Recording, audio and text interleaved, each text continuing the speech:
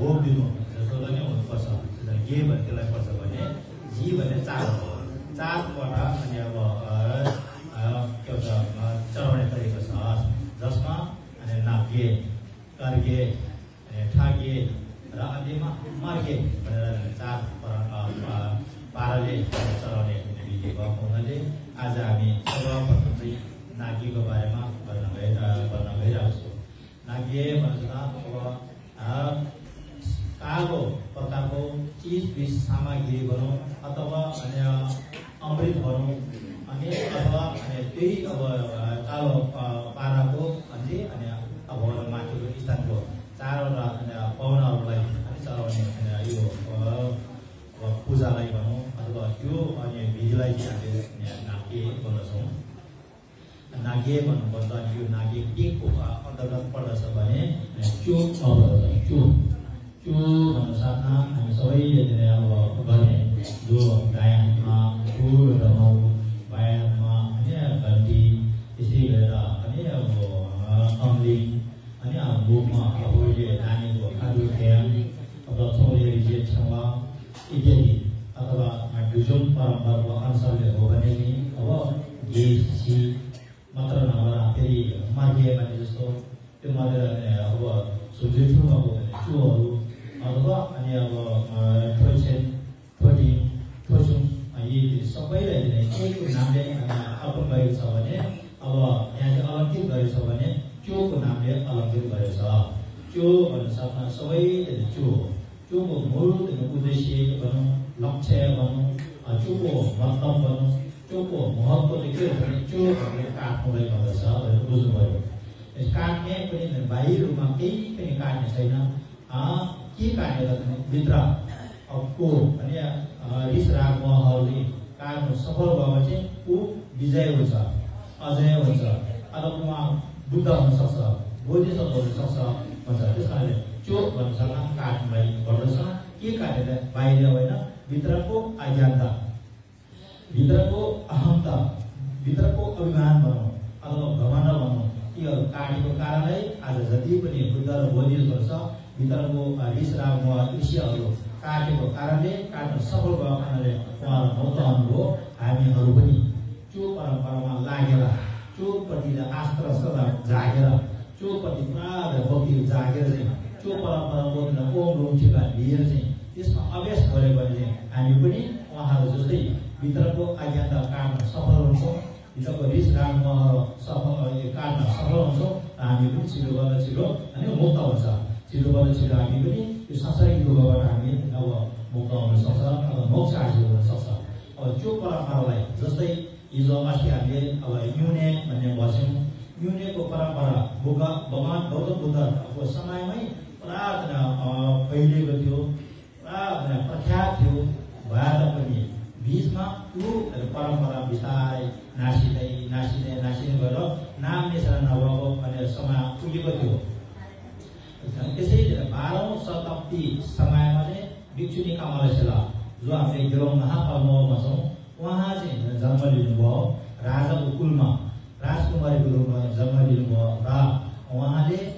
गिरेहास्ती त्यागेर सबै संसारका सुख र आनन्दमा सबैले त्यागेर नै प्राणी हितको निम्ति चाहिँ उहाँ के गर्नुभयो हो धर्ममा प्रवेश गर्नुभयो भिक्षुनी हुनुभयो र भिक्षुनी भएपछि उहाँको नाम महापामो भन्ने नाम पनि नामकरण भयो। त्यसपछि उहाँ विद्वान हुनुभयो अनि धेरै पढेर उहाँ खेपो हुनुभयो र विक्रमशिला तुक्लाखाङ भनेको यो विश्वविद्यालयको प्रमुख अथवा यहाँको अब सिनियर अनि अब प्रमुख भूमिका निर्वाह गर्दा उहाँलाई पुष्ट रोगले सतायो र अन्तिममा च्यारेसीको ध्यान साधना र जपतपले गर्दा उहाँको शरीरको सबै बिमार अथवा त्यो दुःख कष्टहरू निवारण गरेर चाहिँ उहाँ चाहिँ साक्षात्कार च्यारेसी दर्शन पायो। दर्शन पाइसकेपछि उहाँलाई जब सिद्धि प्राप्त भयो सिद्धि प्राप्त भएको कारणले अनि सारा जग्गामै जय जगत हुनुभयो। त्यस पछाडि भिक्षुनी कामलेश्वलाले अपनाएको अनि न्यूने परम्परालाई सबैले अनि सेवन गर्नुभयो अनि त्यसको अलियो हुनुभयो उहाँको परम्परालाई पछ्याउनु भयो उहाँको परम्परालाई पुरा विश्वास हुँदा भक्ति बाँकी जाँदै मिल्ने परम्परा सुरुवात भएर भगवान गौतम बुद्धको त्यहाँ पालन भएर पनि बिचमा सबै अब नासेर भनौँ अथवा हराएर भनौँ अनि त्यस्तो भएको पनि फेरि विष्णुका मान्छेहरूले सुरुवात गरेर आजसम्म कुनै परम्परा जताततै फैलिरहेको कुरा यहाँहरूलाई अस्ति नै बताए त्यो जस्तै गरेर आज भगवान गौतम बुद्धले यो कैक्योर भन्ने पाठहरू जति पनि अब त्रिपिटकको शिक्षाहरू छ बुद्धको समयमा धेरै प्राणी भनौँ चेला भनौँ अन्यहरूले दिनुभएको थियो तर त्यो अनि त्रिपिटकको ज्ञानको शिक्षा दिजहरू चाहिँ एक मुष्ट ल्याएर ज्ञान श्रवण गर्ने त्यस्तो परम्परा ल्याउन सफल भएको कोही पनि थिएन तर त्यही कैक्योर र कैक्योरको सबै ज्ञानको युक्त भएको समावेश भएको एउटा त्यो परम्परा चाहिँ उहाँले निकाल्न सफल हुनुभयो कसले माझी लकिडोमाले 11 र 12औं शताब्दीतिर हो भन्छ उहाँ तिब्बतमा धर्म लिएता पनि फर्स्टमा उहाँ अब गृहस्थी भएर पनि उहाँको अब यो आयु अन्तिम चरणमा हामीले छेमे भन्छौँ छेतोमा उहाँले गृहस्थी गरे पनि छेमेमा चाहिँ उहाँले के गर्नुभयो भिक्षुनी गरेर चाहिँ त्यहाँबाट यो ज्ञानको शिक्षा सिकेर चाहिँ उहाँले सबै ज्ञान उहाँले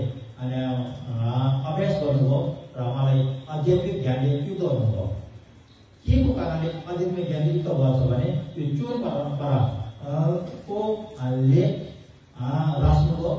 यो साधना गर्नुभयो यो साधना गर्दा यो अभ्यास गर्दा चाहिँ अब साँच्चै गेलौँ महाकाललाई अनि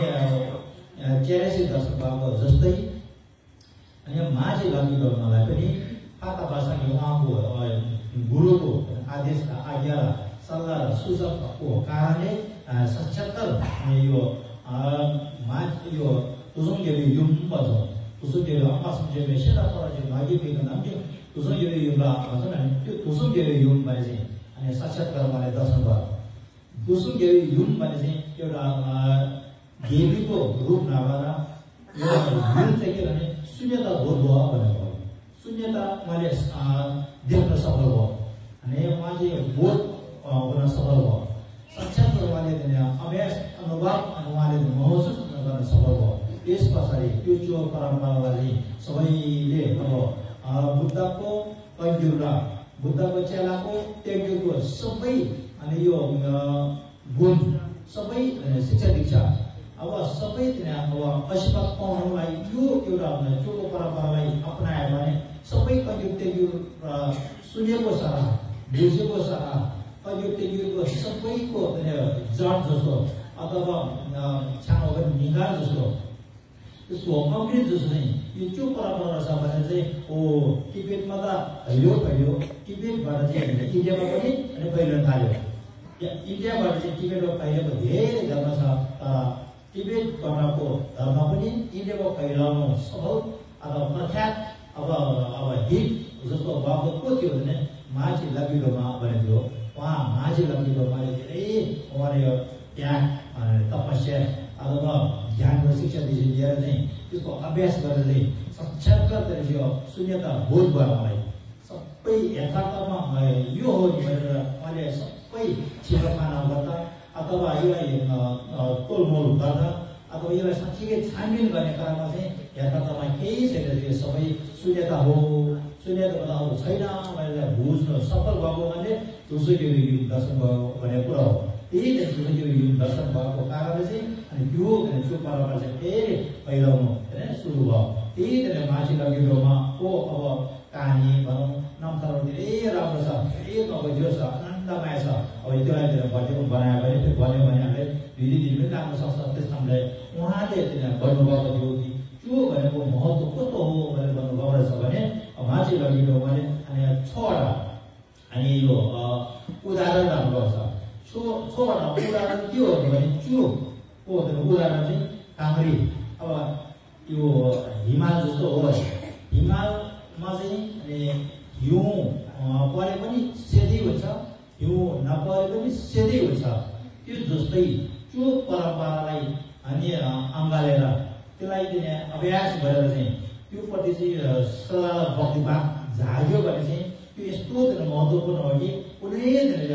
माने कालो छैन, सेतो पनि भइरहेछ। त्यसरी काङ्ग्री ढवा पनि गर्नुपर्छ। अब यो हिमा जस्तै सेतो, हिउँ परे पनि सेतो, नपरे पनि सेतोकै हुन्छ। त्यसले त्यो परम्परालाई अनि राम्रोसँग अभ्यास गरिसक्यो भने त्यहाँबाट धेरै ज्ञानको शिक्षा दिन्छ र अनि आशीर्वाद पाउन र शक्ति भोट हुनु र साँच्चीकै म भनेर सुनेर बहुत सजिलोसँग पाउन सक्छ भनेर अनि मान्छे लगेको मैले पहिलो उदाहरण त्यो राख्नुपर्छ। त्यसपछि दोस्रो उदाहरण के भन्छ, नाम्खा अरे। नाम्खा भन्दा आकाश, त्यो आकाशमा चाहिँ सबै त्यसो देवी देउता बनाऊ, भूत प्रेतहरू बनाऊ अथवा यो संसारबाट नाग बनाऊ, मनुष्य बनाऊ, सबै यी प्राणी मात्र नभएर सबै चिजबिज सुनचाँदी हिरा मोती अब लकबर फुलमाला यो खाने चिज चलाउने चिज सबै यो आकाश व्यापी आकाश मुनि छ। त्योभन्दा माथि केही छ त छैन अरे। त्यसकारण त्यो भन्ने परम्परा अथवा त्यो भन्ने अभ्यास नै अब त्योप्रति श्रद्धा भक्ति भाव राख्न सक्यो भने चाहिँ त्यो कस्तो हो भने त्यसको महत्त्व चाहिँ आकाश जस्तो हो। आकाश आकाशभन्दा माथि कहीँ पनि छैन, त्यो आकाशमा सबै समेटेको छ। त्यसमा अब बसेको छ, त्यसमा अब भित्रै छ। त्यसले गर्दा त्यो अभ्यास गर्न सक्यो भने बुद्धले भन्नुभएको अङ्ग्युल तेङ्ग्युल गरौँ, गुरु रुबोची भन्नुभएको कामा तेलमा गरौँ, सबै यसमा समावेश भएको छ भन्नु खोजेको। त्यसमा यो बताउँदैन परा भएको हो, त्यो भन्दैन अर्को अनौठो धेरै महत्त्वपूर्ण केही छ र भने हामीले खोज्यौँ भने पाउँछ त पाउँदैन भने त आकाशभन्दा माथि केही छ र छैन, आकाशमा सबै समेटेको छ भन्नु खोजेको। त्यसो आकाश जस्तै हो भनेर अनि माथि लगिलोमा स्वयंले अनि यो त्योको अनि महत्त्व बुझाउने क्रममा उदाहरण जस्तो चाहिँ के राख्नुभएको छ भने आकाश राख्नुभएको छ है ल। आकाश त्यो जसले गर्दा त्यसको उदाहरण के राख्नुभयो माथि लगिलो भने सेङ्गे जस्तो हो अरे। सेङ्गे भने सिंह। अब यो सबै जनावरहरूको राजा अथवा जङ्गलको राजा चाहिँ सिंह हो। सिंह चाहिँ अब धेरै समूहमा गए पनि सिंह धेरै राम्रो देख्छ। अनि एक्लै हिँडे पनि कसैको डर र त्रास छै हुँदैन। त्यो सिंहलाई चाहिँ आनन्दमय पुरा यो राम्रोसँग शरीरसँग डर त्रास रहित जान सकिन्छ। त्यो जस्तै गरेर त्यो अभ्यास चाहिँ एक्लै गरे पनि धेरै ज्ञान गर्न शिक्षा दिन्छ। यसले चाहिँ धेरै हामीलाई लाभ दिन्छ, फलिभाग हुन्छ। यसले साँच्चीकै अहमता अनि निर्मूल गर्ने हो। अहमता निर्मूलको गर्नेपछि यसले ठुलो टेवा अथवा योगहरूको छ। सामूहिक रूपमा पाठ पूजा गर्दा पनि धेरै के भन्छ अनि सिद्धि भनौँ अथवा आशीर्वाद भनौँ अथवा यहीबाट चाहिँ धेरै फाइदा अथवा लाभहरू पुग्छ भन्नु खोजिन्छ। त्यो सिङ्के अथवा सिंह जस्तो हो भने यो त्यो परम्परा सिंह जस्तो हो भनेर कसले गर्नुभएको माथि लागिरोमा 12औं शताब्दी समयमा अनि इन्डियामा अनि दक्षिण कामराशिला जन्म लिएर उहाँले अब युनेको परम्परालाई अनि अभ्यास गर्ने क्रममा तिब्बतमा माथि लागिरोमा अनि जन्म भएर चाहिँ उहाँले चाहिँ यही विश्वको परम्परा चाहिँ उहाँले सुरुवात अब यसको संस्थापक अनि त्यो पहिलादेखि त्यो थियो। भित्रको परम्परा हराएर बिचमा फेरि माथि लागिरोमाले त्यसलाई अब उदाहरण अथवा यसलाई फैलाउनुलाई अथवा धेरै वृद्धि गर्नुलाई अनि त्यसको ठुलो योगदान पुऱ्याउनु भयो भने सिंह जस्तो हो अरे। अनि चौथो चाहिँ के रहेछ भने नवछे तब हो अरे। नवछे भने के हो भने ढ्याङ्ग्रो हो, ठुलो ढ्याङ्ग्रो चाहिँ होइन ढङढङले बजाउने क्रममा सानो ढ्याङ्ग्रो ज्याम्रो यसो भाजा गाजा सबै त्यो ढ्याङ्ग्रोले सबैलाई चिर्न सक्नु हुन्छ। सबै ढ्याङ्ग्रोको आवाजले सबैले छेड्नु सक्छ। अन्त त्यो भन्दा ढ्याङ्ग्रो आवाजबाट माथि अरू कोही पनि हुँदैन। त्यो जस्तै गरेर चाहिँ त्यो परम्परालाई सम्हाल्यो अथवा यसलाई आस्था अथवा यसलाई अभ्यास सधैँकै अभ्यास अनुभव अथवा ध्यान गर्नु सक्यो भने चाहिँ यो चाहिँ के हो त भने नवछे अथवा ठुलो ढ्याङ्ग्रो हो। देवलोकमा एउटा ढ्याङ्ग्रो बजाउनु साथमा देवताहरू सबै त्यहाँ जम्मा हुन्छ। त्यस्तै गरेर अब अनि उड्नु सक्ने आध्यात्मिक ज्ञानले युक्त भएको शक्ति गएको देवलोकको एउटा ढ्याङ्ग्रोले सबै त्यहाँ जन्म गर्न सफल हुन्छ। त्यो जस्तै गरेर ठुलो डेभलप जस्तो चाहिँ के हो त भने त्यो परम्परा हो भने चौथो छ। अनि पाँचौँ चाहिँ के रहेछ भने मोटु छिमिक जस्तो हो अरे मोटु मोटु भने चाहिँ अमृत भएको एउटा कुवा अथवा यो पँधेरो अथवा एउटा दार चाहिँ छ भने हो त्यो जस्तो चाहिँ हो अरे।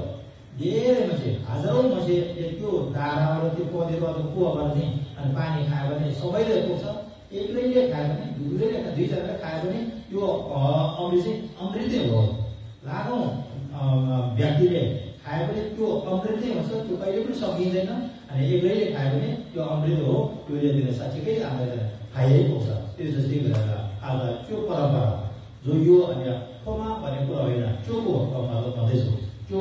भनेर ठोमा भिनै जाने त्यो कारण पाँचौँ चाहिँ के रहेछ अमृत जस्तो हो अरे, छिबिक जस्तो हो, छिबिक मोटुको छिबिक जस्तो हो अरे। अनि छैटौँ उदाहरण चाहिँ के राखेको छ भने तासाम्बो हो अरे। तासाम्बो चाहिँ कस्तो छ भने हामीले देखिरहेको गोडा भनेको गोडा चाहिँ रातो भयो भने सेतो भयो भने कालो भयो भने त्यो गोडा चाहिँ राम्रो के भन्छ बलियो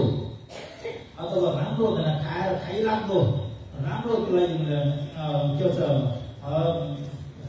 कार्यान्वयन गर्न सक्ने त्यस्तो गोडाको चाहिँ यो अब रङहरू छ नि पुरा चम्किलो हुन्छ। त्यो चम्किलो रङ भएको गोडा जस्तै रातो भए पनि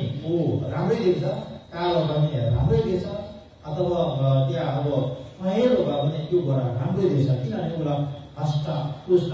अथवा खाइलाग्दो अथवा राम्रो तालिमयुक्त भएको गोडा चाहिँ जस्तो भए पनि उसलाई चिल्लो अथवा सजिलो राम्रो अनि बलियो अनि त्यो जस्तै गरेर आज त्यो परम्परालाई राम्रो अब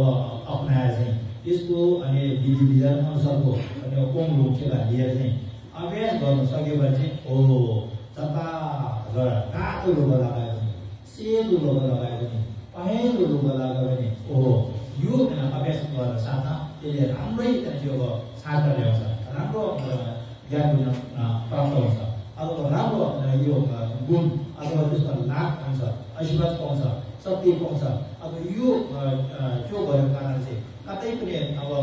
बेफाइदा हुँदैन, फाइदै फाइदा हुन्छ भन्नु खोज्यो भने मान्छे लागेको उहाँले त्योको महत्त्व त्योको त्यसको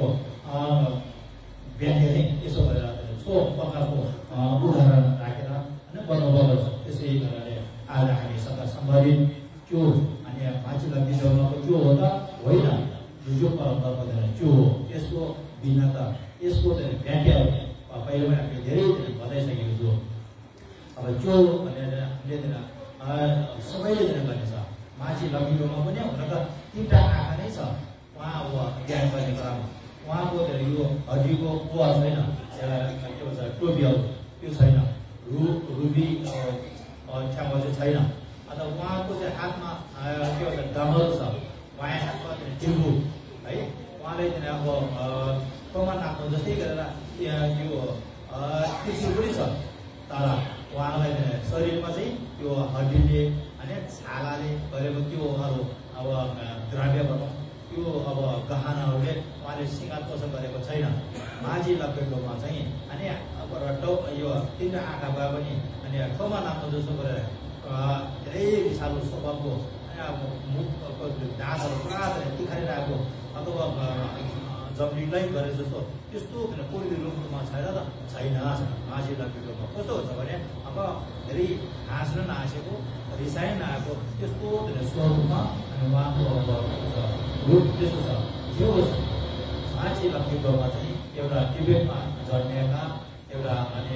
अब सुन्दरी भनौँ, परी भनौँ, लक्ष्मी भनौँ, देवी भनौँ अथवा भिक्षुनी भनौँ अथवा धर्ममा अनुयायी भनौँ, उहाँले सचेतन गुरुको अब अभ्यास गुरुको सल्लाह सुझाव अनुसार त्यो ओम मुक्तिका लिएर अभ्यास गर्ने क्रममा सबै संसार चाहिँ अब दुःख पाए। त्यहाँबाट उद्धार हुनुको निम्ति चाहिँ शून्य त भोग नभइकन हुँदै रहेछ, शून्य त भोग भएपछि मात्र बुद्ध हुँदो रहेछ भनेर उहाँले बुझेर चाहिँ अनि शून्य त भोग गर्नु सफल व्यक्ति भनौँ, सफल एउटा गुरु आमा रूपमा धारण गर्नुभयो उहाँबाट अनि निरन्तर रूपमा आइरहेको अनि त्यो परम्परा चाहिँ हामीले आज के भन्छौँ भने छोक्ले रिजे छेवा पनि भन्छौँ यो इङमा र तेलमा भित्र के हो त भने इङमा परम्परा हो धेरै यो इङमा पुरानो कि धेरै पुरानो हो आज हामीसँग सम्बन्धित अनि हामीले यसको व्याख्या गर्न गइरहेको गेसी चाहिँ अनि के भने तेस्रो परम्परा धेरै नजिक मान्छे लक्ष्मी देवाबाट आजसम्म गयो भने 25-26 अब के भन्छ लगभग 1200 वर्ष जति भइसक्यो अब अनि अब त्यसको 1200 वर्षको अन्तर्गतमा त पुस्तकको हिसाबले 50औं पुस्तक पनि भइसक्यो होला तर दुजुम ठोमा अथवा दुजुम तेस्रोको परम्परा त हो धेरै अब टाढा होइन नजिक हो यसको महत्त्वको बारेमा यहाँलाई बताइसकेको छु त्यसै भएर गुरु रिम्पोछेले पनि के भन्नुभएको रहेछ भने गुरु रिम्पोछेले चाहिँ तेन्टोक चितु लोचिक ले न न्यासर शाब्चिक अनि वार्षिक छोस भन्नुभएको रहेछ यो मतलब के रहेछ त भने अब आज हामी आफ्नै बुबा आमासँग श्रीमान श्रीमतीसँग छोरा नारीसँग अथवा छोरीहरूसँग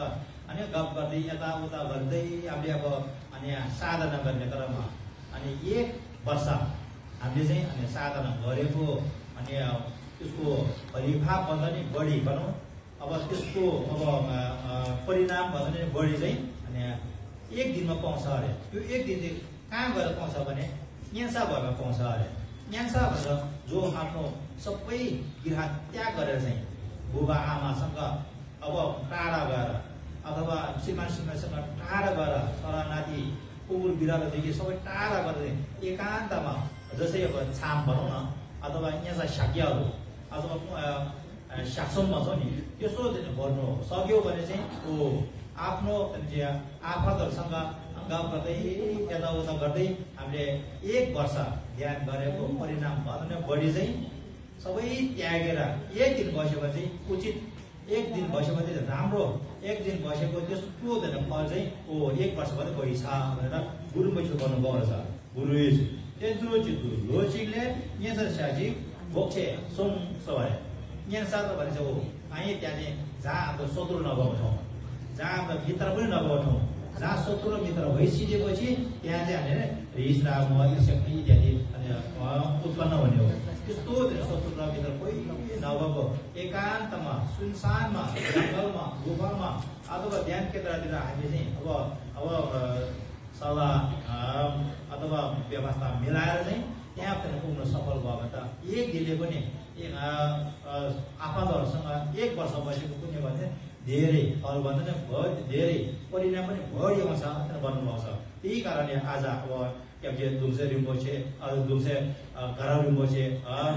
लगाइदिए अनि यहाँ चाहिँ साक्सम भन्ने चाहिँ महत्त्वपूर्ण अहिलेको समयमा कलियुगको समयमा अनि 100औं दिन बस्नुपर्ने हो तर त्यति बस्न नसकिने 3 दिन मात्र बस्यो भने पनि त्यसमा सबै त्यागेर त्यहाँ बस्नुपर्ने हुनाले त्यस्तो बस्न सफल भयो भने धेरै दिन पुण्य लाभ धेरैवटा आशीर्वाद धेरै दिन अब कमाएको पापहरू पनि नष्ट हुन सजिलो हुन्छ